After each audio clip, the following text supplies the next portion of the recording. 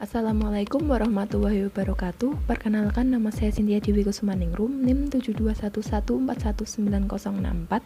Kali ini akan mempresentasikan implikasi etis dari teknologi informasi. Perusahaan memiliki kewajiban untuk menetapkan budaya etika yang harus diikuti oleh para karyawannya. Budaya ini didukung oleh kredo perusahaan dan program-program etika. Etika berkomputer amat penting ketika masyarakat memiliki persepsi dan ketakutan tertentu terkait dengan penggunaan komputer. Yang pertama yaitu cakupan perspektif versus cakupan deskriptif. Cakupan perspektif menentukan bagaimana manajemen sistem informasi sebaiknya dikembangkan dan digunakan di dalam suatu perusahaan. Untuk seorang yang baru memasuki dunia bisnis, pendekatan ini lebih baik dibandingkan dengan cakupan deskriptif yang menjelaskan bagaimana hal-hal itu dilaksanakan. Moral, etika, dan hukum. Moral adalah tradisi kepercayaan mengenai perilaku yang benar dan yang salah. Moral merupakan institusi sosial dengan sejarah dan seperangkat aturan. Meskipun masyarakat di seluruh dunia tidak semuanya mengikuti perangkat moral yang sama, terdapat kesamaan di antara mereka. Melakukan apa yang secara moral benar adalah landasan dasar perilaku sosial kita. Etika. Perilaku yang kita lakukan diarahkan oleh etika. Etika adalah sekumpulan kepercayaan, standar, atau teladan yang mengarahkan yang merasuk ke dalam seorang atau masyarakat.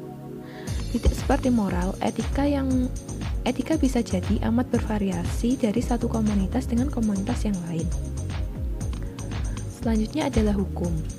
Hukum adalah peraturan perilaku formal yang ditetapkan oleh otoritas yang berwenang seperti pemerintah terhadap subjek atau warga negaranya. Hukum komputer dibuat karena adanya banyak kasus kejahatan komputer yang marak terjadi. Berikut ini adalah contoh hukum komputer yang dari beberapa negara. Pertama, Undang-Undang Komputer di Amerika Serikat, Undang-Undang Privasi Pribadi di Republik Rakyat Cina, Paten Peranti Lunak, dan Undang-Undang Paten Peranti Lunak di Uni Eropa. Meletakkan moral, etika, dan hukum pada tempatnya. Penggunaan komputer di dunia bisnis diarahkan oleh nilai moral dan etis manajemen, spesialis informasi, dan pengguna serta hukum yang berlaku. Hukum adalah yang termudah untuk diimplementasikan karena bersifat tertulis, sedangkan etika tidak terdefinisi demikian tepat dan mungkin bahkan tidak disetujui oleh semua anggota masyarakat. Kebutuhan akan budaya etika. Bagaimana budaya etika ditetapkan? Tugas dari manajemen tingkat atas adalah untuk meyakinkan bahwa konsep etikanya merasuk ke seluruh organisasi dan turun ke jajaran bawah sehingga menyentuh setiap karyawan. Para eksekutif dapat mencari implementasi ini melalui 3 tingkatan dalam bentuk kredo perusahaan, program etika, dan kode perusahaan yang telah disesuaikan. Kredo perusahaan adalah pernyataan singkat mengenai nilai-nilai yang ingin dijunjung perusahaan. Tujuan kredo adalah untuk memberitahu individu dan organisasi, baik di dalam dan di luar perusahaan, akan nilai-nilai etis yang dianut perusahaan tersebut.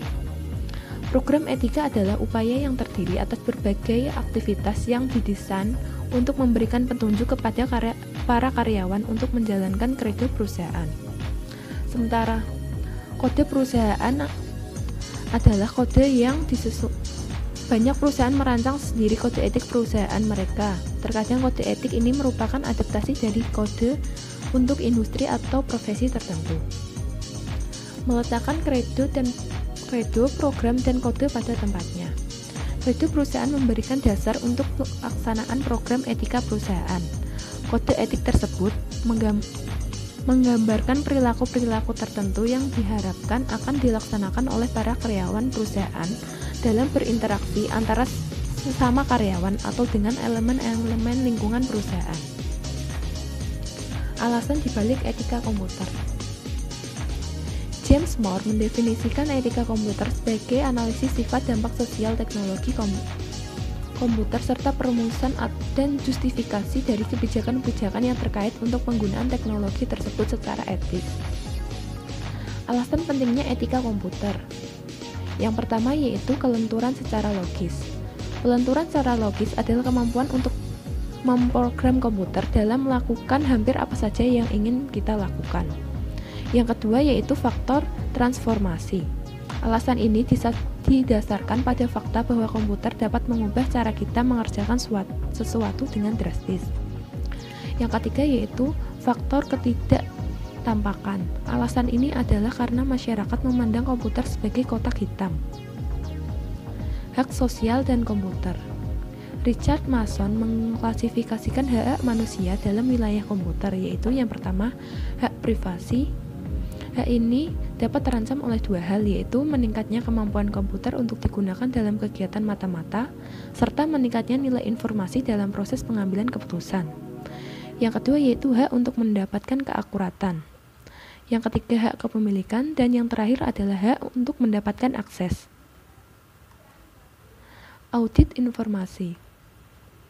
Perusahaan dengan semua ukuran mengandalkan editor eksternal dari luar organisasi untuk memverifikasi keakuratan catatan akuntansi. Perusahaan-perusahaan yang lebih besar memiliki staf tersendiri yang berfungsi sebagai editor internal atau internal auditor yang melaksanakan analisis yang sama seperti auditor eksternal maupun memiliki tanggung jawab yang lebih luas. Direktur audit internal bertugas mengelola departemen audit internal yang biasanya melaporkan kepada CIO dan direktur keuangan. Pentingnya objektivitas. Hal unik yang ditawarkan oleh auditor internal adalah objektivitas. Mereka beroperasi secara independen terhadap unit-unit bisnis perusahaan dan tidak memiliki hubungan dengan individu atau kelompok yang ada dalam perusahaan. Jenis-jenis aktivitas audit. Terdapat 4 jenis dasar aktivitas audit internal, yaitu yang pertama, audit finansial, yaitu memverifikasi catatan-catatan perusahaan yang merupakan jenis aktivitas yang dapat dilaksanakan auditor eksternal. Yang kedua yaitu audit operasional, tidak dilaksanakan untuk memverifikasi keakuratan catatan, melainkan untuk validasi aktivitas prosedur. Yang ketiga yaitu audit berkelanjutan. Yang keempat, desain sistem pengendalian internal. Subsistem audit internal melibatkan auditor internal dalam tim perancangan sistem merupakan suatu langkah yang baik untuk mendapatkan sistem informasi yang terkendali dengan baik.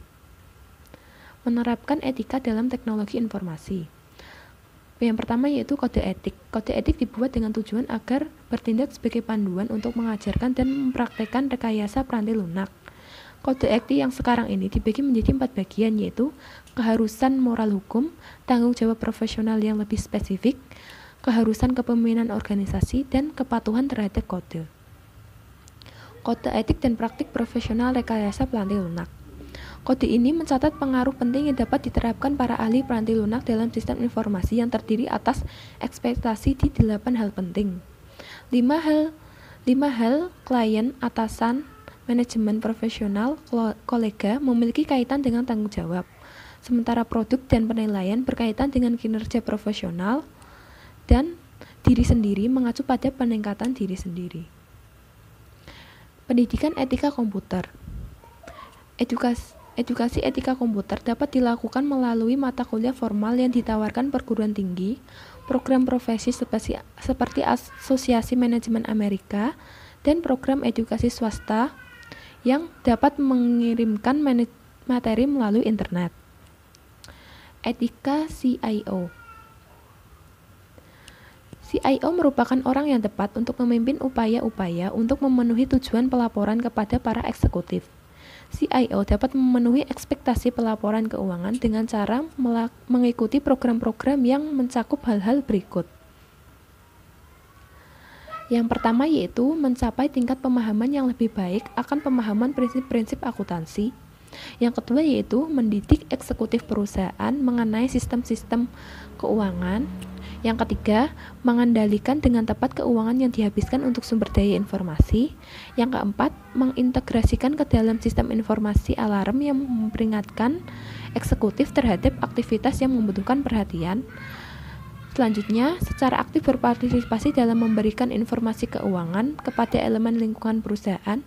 Dan yang terakhir adalah mempelajari sistem informasi dan menyelesaikan laporan keuangan, serta mengambil tindakan perbaikan. Sekian presentasi dari saya. Untuk lebih jelasnya, bisa melihat link PPT di bawah deskripsi. Terima kasih.